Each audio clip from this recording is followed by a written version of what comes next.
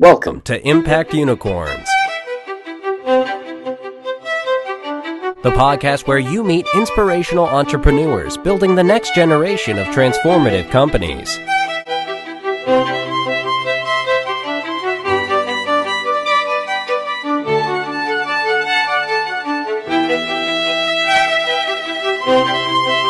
And now, here is your host, Dr. Indranil Ghosh, award-winning author, investor, and advisor to global leaders. Welcome to Impact Unicorns, and today I'm delighted to have Patricia Silva on the podcast. Welcome from sunny Lisbon, Patricia. Hi, Indranil. Thank you very much. Hello. Well, Patricia is a civil engineer by training, and she's had a long career in sustainability. She developed and built wind farms in Eastern Europe, sustainable buildings in South America, and then caught the entrepreneurial bug and started building impact companies and becoming an impact investor in the energy transition and sustainability space. And today, we're going to focus on the carbon economy, or the negative carbon economy, I should say. So excited to have you with us. Likewise, Indranil. Looking forward to this discussion. Well, let's start by hearing a little bit more about yourself. You've had this very interesting technology meets investing, meets entrepreneurship career. Tell us a little bit about how that all evolved and how did you catch the entrepreneurial bug? We're always interested in that particular question when talking to our guests. Yeah, I think that also has to do with the background of what I studied before. I always like to build stuff. I did it with my brothers when I was little, and actually, my brother followed the civil engineering career, and just because I was fascinated and I think he influenced me, I followed that as well. So I like to build out, I like to manage projects, and throughout my career, as I was doing that in the climate, in the sustainability field, I realized for a lot of solutions, you really need to be hands-on to deliver them. Of course, there you have a lot of let's say SaaS-based solutions, more software solutions, but my side, what I like the most is really to build hands-on. So eventually with that, wanting to build things, being a civil engineer, I think it also attracted me to building new things, not just improving, a part of a company, but also helping build companies from scratch, especially. So slowly, as I built my career and started learning more about the climate space, I started wanting to be connected with entrepreneurs who were super inspiring, who really wanted to create solutions for climate. And I was just attracted. I was inspired about what they're doing, as well as I also wanted to help in that space. So slowly I started advising companies in that space. I also worked full-time in several startups, early stage. That's when I feel that I can bring more value to the team. And also I'm more excited about the day-to-day in terms of every day is different. And eventually I started exploring, as I mentioned a bit, the advisory space, as well as the access to financing to these companies. And with that, I started having even a broader overview of who is out there, the solutions that are out there, and really just continue being inspired by a number of entrepreneurs, not just working in one project, but working in several to solve for the climate crisis.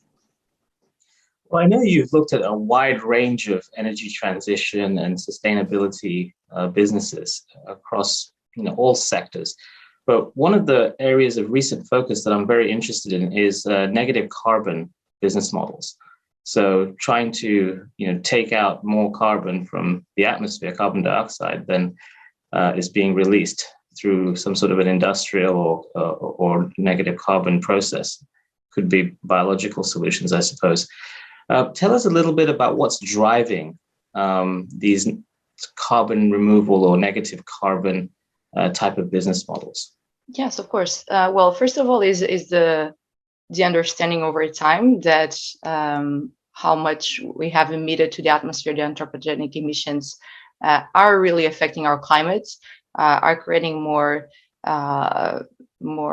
natural disasters and with a stronger intensity. And of course, that's affecting everyone, as well as our health and everything else.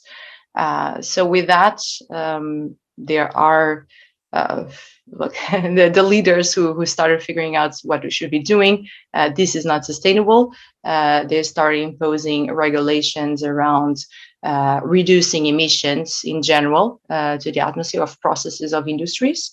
But then eventually, with more and more studies, scientists figure out that reducing emissions is not enough, because we have emitted so much carbon dioxide to the atmosphere and other greenhouse gases that even if we stop emitting today, the consequences of the gases that we've put out there in the atmosphere are going to affect a lot our climates.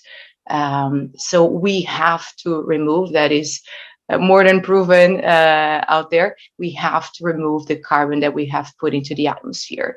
And nature itself does it by itself, but it takes hundreds of years for that to happen. And we don't have that time because we emitted so much so fast, and we're still emitting. So this carbon removal market started from there. First, understanding the climate maths, and then realizing, okay, we don't have the solutions out there. We have to create solutions. And then there's different ways of going about this carbon removal market. But this is how it started, why it started. Yeah, and it seems that there's several, drivers in terms of legally binding requirements for companies to remove carbon.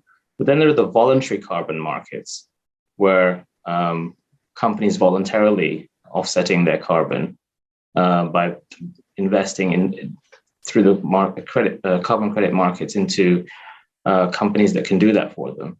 And there's also seem to be some business models where removing carbon from the atmosphere actually leads to useful products and services. So tell us a little bit about how all those three different segments are working and their relative size at the moment. Yeah, definitely. So actually, when we talk about carbon removal, we actually encompass a lot of things in that market. We encompass in general carbon removal, also a bit of point source capture, the utilization market and whatnot. So starting with the markets that you just mentioned in terms of regulatory compliance markets. Those are markets that were created after the Kyoto Protocol, which are now, for example, the European trading system, as well as the California market, where industries in certain areas, in certain sectors, have now caps, for example, on how much they can emit. So there's markets there where you can trade carbon dioxide credits, for example, and those are imposed, are regulatory. The carbon has a price that is set in the market, and it actually, as an example, the European market had a carbon price for 1 ton of carbon in the beginning of last year, so a year ago, of under 40 euros, and now it has hyped over the last year, and it's almost hitting the 100 euros. So the market is growing, and that is the regulatory markets. And then you have the voluntary markets, which I believe it's going to make more of a difference to create and then to grow the carbon removal market faster in the beginning. So actually, the regulatory market that we discussed is usually to reduce emissions. It's actually not to remove emissions. So I think discussions will start happening very soon in terms of including carbon removal into these targets. In terms of voluntary markets, that's focused on carbon emissions reductions, as well as the carbon removal market. And that one is done by industries and companies who are conscious of what they've emitted and how much they've contributed to the climate change. And they don't have any mandate that's forced, but they themselves set up their own targets of, let's say, cleaning up after themselves, looking at, for instance, their cumulative emissions, figure out how much that was. And first, they want to try to reduce how much they emit now, and then what they can't reduce. So it's called residual emissions. They want to invest in removal of the emissions that they emit, so they become carbon neutral. So that's the voluntary market that happens with companies out there right now. And who started it was like more techie startups such as Microsoft, Shopify, and Stripe. But now you have Swiss Re and other companies who are conscious and are getting into that voluntary market before it's too late, because the regulatory markets are just taking too long to advance things and for us to solve for climate. So people in government or companies are taking by their own hands and doing that. So that's a voluntary market. And then over that, you also have the utilization market for carbon removal, which is, okay, so what can we do? We have the carbon that we remove from the atmosphere, but either you are in a system that is a regulatory system that you are forced to remove it, so you're forced to pay, or you're in the voluntary market where basically I'm paying because I want, because I think it's necessary. So utilization market also touches a bit that. So on the utilization market, you use, for example, carbon for processes. So for instance, to produce gasified beverages. So with that, you can create an economic model, a business model, that you're doing something good for the environment, removing carbon, and you're using it and getting some monetary value out of it. So that's an example of a utilization market, but we can dive deeper because there's a lot of intricacies on the utilization markets. If you're enjoying Impact Unicorns, don't forget to like, subscribe, and hit the bell to receive notifications of new shows. Bring the most relevant impact venture stories to the podcast. If you would like to review the show, go to the Apple Podcasts mobile app or iTunes to leave a rating and review. Well, let's dive a bit deeper indeed. We've described the markets and the different structures that are available to help people with the carbon reduction, carbon removal objective. Let's look on the supply side. What kind of projects are there, or what kind of models are there for reducing or removing carbon out in the market right now? So for removing carbon, there's a lot of different type of solutions, and each of them has a lot of different, let's say, characteristics. So you cannot just compare one thing in terms of one is better than the other, one is more permanent than the other. You have to look at the whole thing. So just to give you a few examples of what you can do and how can you remove that carbon, you can remove what you can say more it's nature-based solution. One that's a hybrid between nature-based and technology-based, and others that are more techie, more technology-based, more capital incentives sometimes as well. And each of them, again, as I mentioned, has their pros and cons. So just going to give one or two examples of each, so you have the overall view. So if we focus on nature-based solutions, one big example is planting trees, because trees absorb carbon as they're growing. So that's a good way of removing carbon. So if you plant many trees, you can remove carbon. However, ultimately the trees are going to die. So basically, when they die, they will release that carbon again to the atmosphere. So these solutions, nature-based solutions, this example, for example, just buys us time to figure out how can we remove carbon and sequester it more permanently, have a permanent carbon sink. So this is our nature-based sinks, but how can you remove it permanently from the atmosphere? Because that's what you needed. How much we've emitted, we have to remove it back. So just give an example of a nature-based solution, which is a very good one. It has a lot of co-benefits. You can create more biodiversity and whatnot, but you also have to do it the right way. You cannot just plant any trees anywhere as you want, because imagine if you plant invasive species in an area that is not appropriate, and you're removing too much water from the system, so you can have adverse effects as well as positive effects. So if you move more to the techie side, for example, I'm going to give you an example of a permanent solution would be to remove carbon from the atmosphere via big machines. One of the processes called direct air capture, where you have these big machines with fans that let the air pass through, and they have some kind of material absorbent, if it's liquid or it's solid, that absorbs the carbon when the carbon goes through it.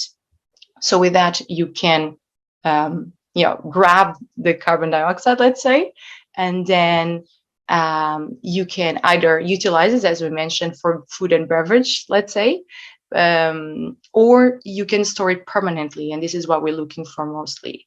So one way of storing it permanently is, for instance, to turning the CO2 into rock.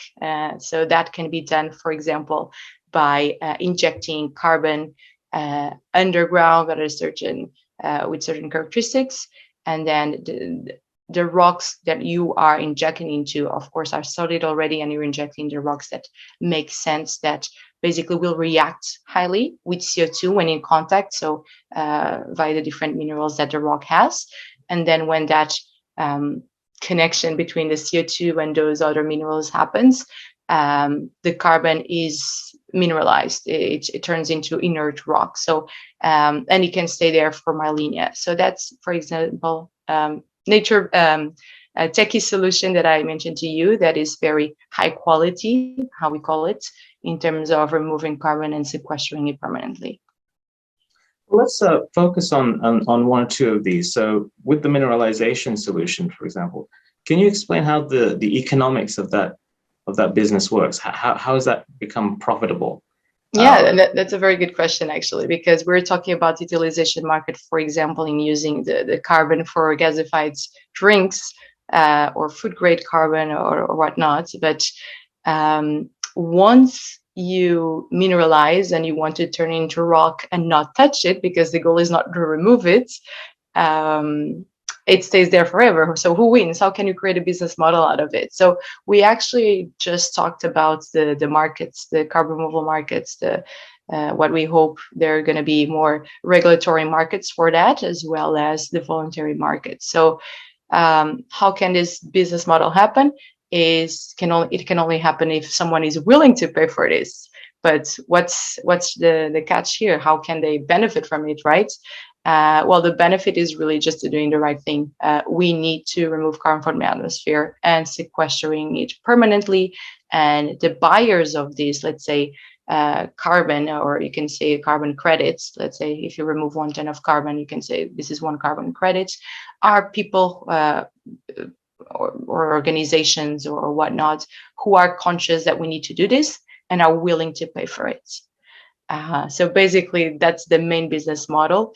If you start having those regulatory markets that require industries as well to reduce their emissions to a certain point, but they cannot reduce after they have the residual emissions, as we just mentioned, they will pay for removing carbon to get to their goals. So those are regulatory markets where industries are willing to pay for mineralization. So there's 2 main business models: the voluntary market, where you want to get the credits because it's the right thing to do, and the other one that will help industries to get to that net zero goals.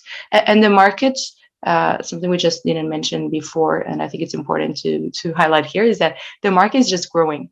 There's no like you can see out there how many net zero targets have been put via both nations as well as organizations. So it's impossible to get to those net zero goals without removing carbon and storing it permanently. That's what the definition of net zero means. Whatever you emit, you have to completely remove it. So the markets are growing. There's more pledges around net zero every week that goes by. So the market is definitely there. So these business models definitely work.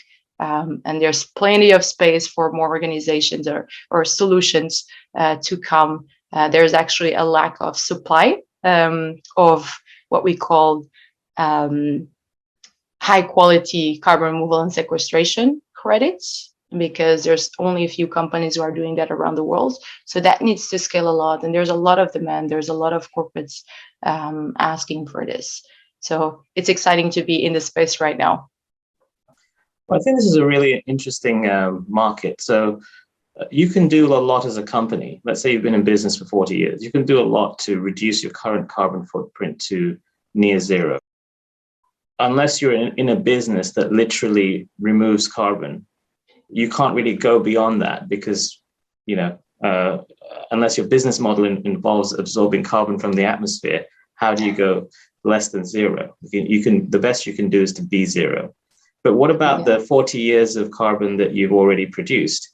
That's a much harder problem for you to solve. And so there's these higher quality markets that you're talking about, which focus on processes like mineralization that you mentioned, which do precisely carbon removal. And so you, as a company, are probably going to be forced to pay a lot more for this higher quality permanent capture that offsets your historic carbon output. So what are these sort of higher quality carbon removal solutions trading at on the voluntary markets right now? Let's say currently you can see some credits being sold by $600 per ton versus, just to give you an idea of potentially nature-based credits where you're just planting trees or preserving an area, which can be $3 to $10. And that difference counts for a lot of things. Just to make it clear, for example, if you're paying $3 a ton, to plant trees, for example, and remove that carbon, there's a few things that we mentioned, right? There's no permanence on that, let's say, credit. So it's low quality if you're just focused on getting the emissions, not talking about all the co-benefits.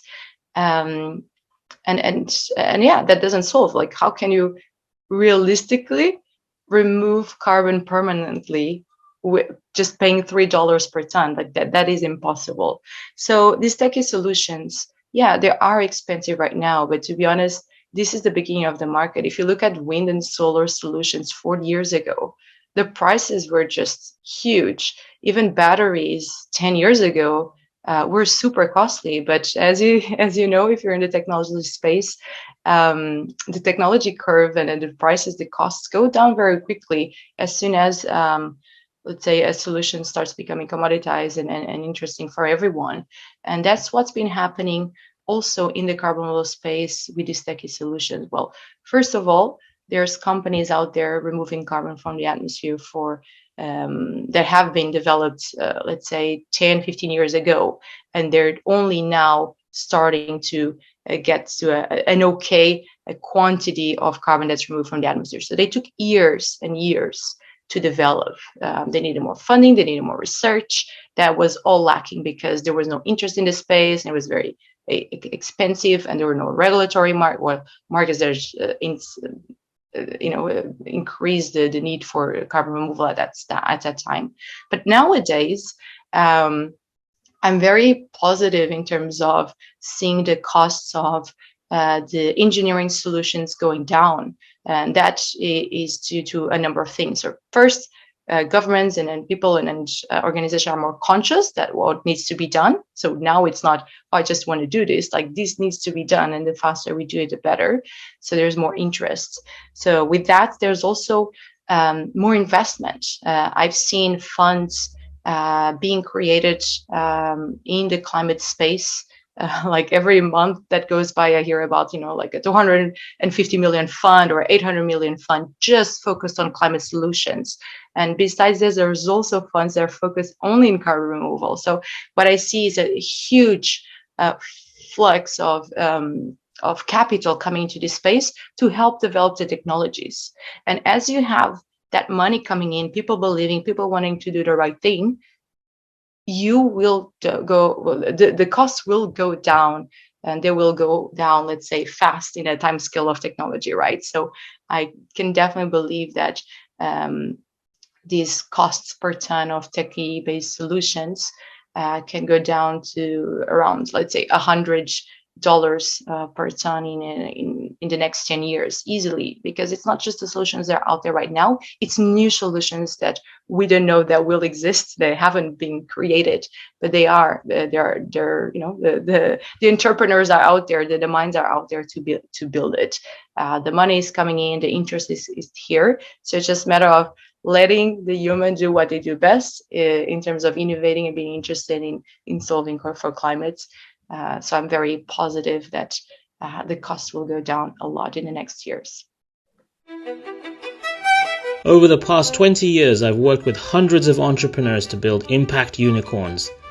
In my experience, every company that has a transformative positive effect on the world does so by building strong partnerships with communities, investors, and governments to solve society's biggest challenges. If you'd like to learn more about how innovative entrepreneurs can help to build a more sustainable and inclusive future, read my award-winning book, Powering Prosperity, A Citizen's Guide to Shaping the 21st Century.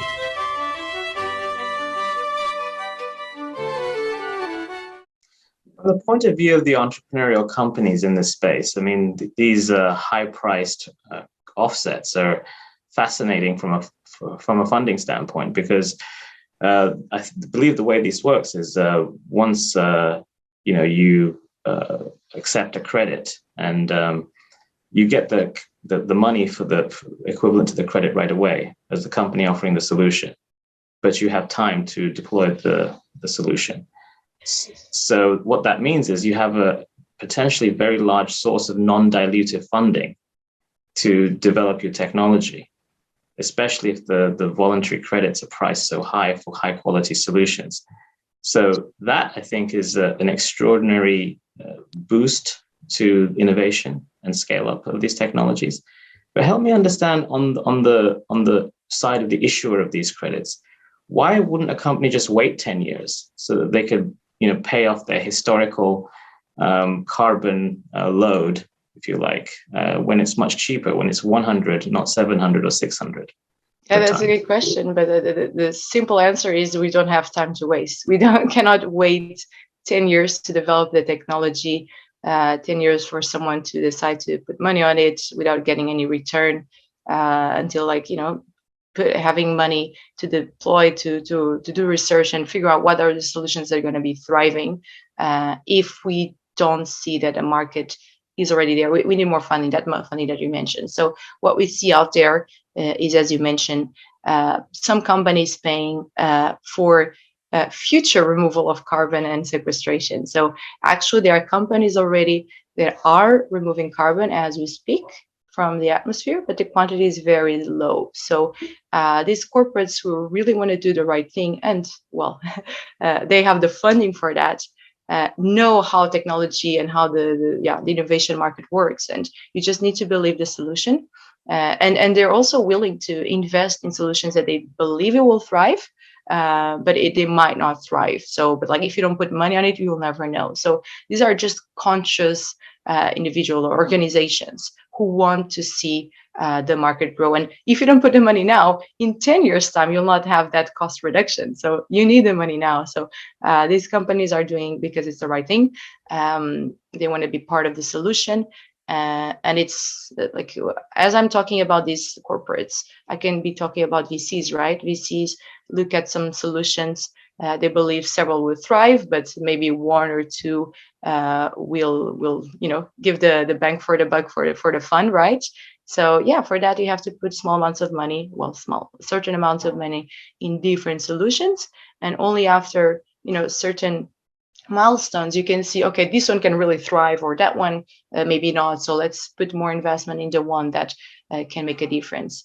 And that's how the market is working now, both in the VC world as well as these corporates who are willing to pay money for this. And a lot of corporates, just to give an example of one of the models that happens, is that they say, okay, we believe in your solution, but you also need to give us something back to confirm that you're doing this. So we're going to pay you for an advance purchase of carbon removal and sequestration.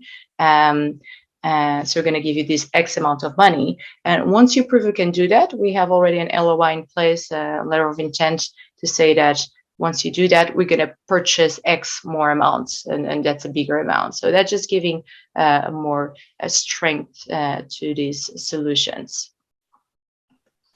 So how do you see this market evolving? What do you think will be some of the major trigger points to create jumps and inflections to push this market forward?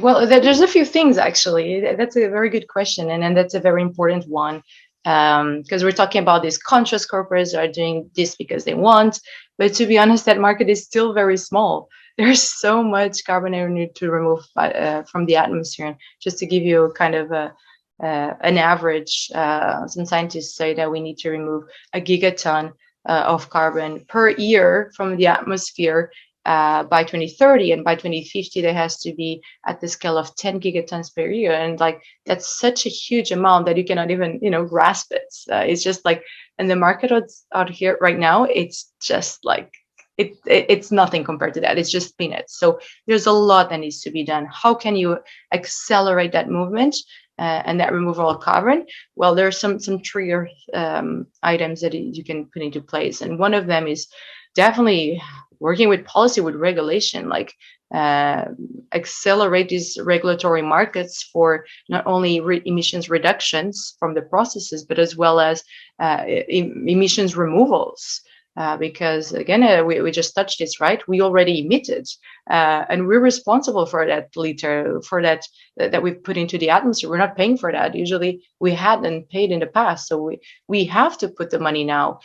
All the market, all the economy was artificially, let's say, cheap, because we're not accounting, we're not paying for that carbon. So we have to change that as soon as possible, and the fastest way of doing that, because people are used to the normal prices, and of course. If you start accounting for the price of carbon removal, things are going to get more expensive in the economy. But that's the real price of things and services and products. So I think that regulatory market needs to accelerate. We need to really impose regulations to accelerate the removal of carbon. So that's one. And the other one that's very important as well, and we're just talking about the difference between high quality carbon removal credits versus low quality.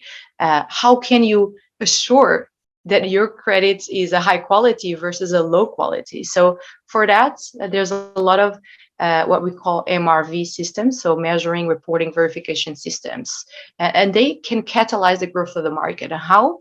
Well, by certifying that a credit is more high quality.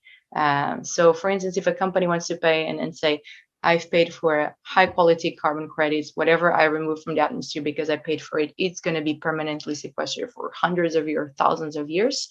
How can I prove that? How will they be willing to pay if they're not proven that there's like a certificate, a verification that is the real thing?